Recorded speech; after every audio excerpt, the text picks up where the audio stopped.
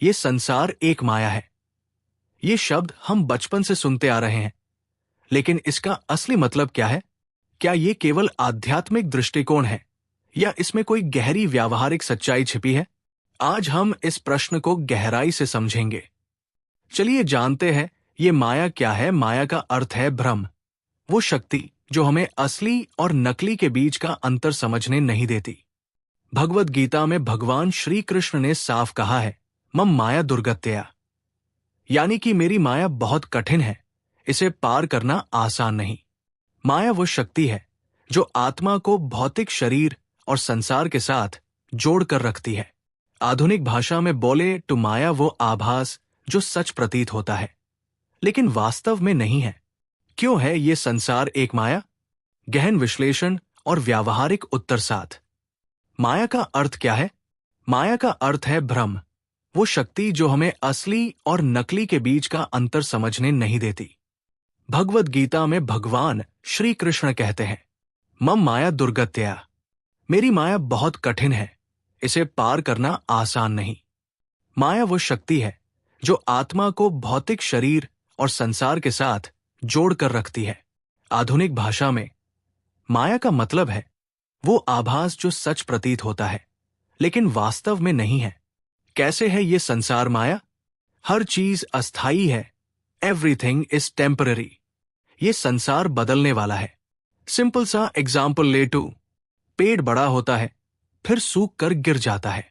शरीर जन्म लेता है और मृत्यु की ओर बढ़ता है।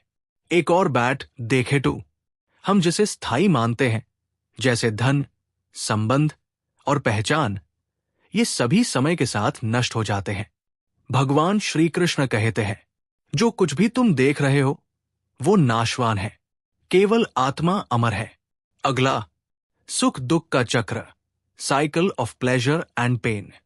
जब हमें धन, प्रेम या सफलता मिलती है तो सुख होता है, लेकिन इन्हें खोने का डर या इनका नाश दुख लाता है ना सच? हम बाहरी चीजों में स्थायी सुख ढूंढते हैं, लेकिन असल में ये सुख केवल क्षणिक है। तीसरा, इंद्रियों का जाल, ट्रैप ऑफ सेंसेस। सुंदरता, स्वाद, सुगंध और आवाज हमें प्रभावित करती है, लेकिन इनसे मिलने वाला आनंद तात्कालिक होता है। इंद्रियों के सुख दुख का अनुभव अस्थायी है। इनसे ऊपर उठो, माया को वैज्ञानिक पर्सपेक्टिव से देखे तो हमारा दिमाग एक वर्चुअल रियलिटी में काम करता है। एग्जाम्पल के साथ चलते हैं। जब आप सपना देखते हैं वो पूरी तरह असली लगता है, लेकिन जागने पर पता चलता है कि वो भ्रम था।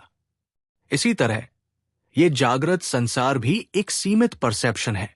वैज्ञानिक कहते हैं कि ये ब्रह्मांड केवल ऊर्जा और संभावना का खेल है। जो चीज ठोस लगती है वो वास्तव में मॉलिक्यूल्स और एटम्स का एक कंपोजिशन है। हमारी इंद्रियां इसे वास्तविक के रूप में अनुभव करती है, लेकिन इसकी वास्तविकता ऊर्जा है। हमारा मस्तिष्क भी बाहरी संकेतों का अनुवाद करता है। छोटा सा एग्जाम्पल, रंग जिसे आप देखते हैं केवल प्रकाश की तरंगे हैं। स्वाद और गंध केवल रासायनिक प्रतिक्रियाएं हैं। यानी ये संसार केवल मस्तिष्क की व्याख्या है, वास्तविकता नहीं। अब इतना सब तो जान लिया है, अब देख लेते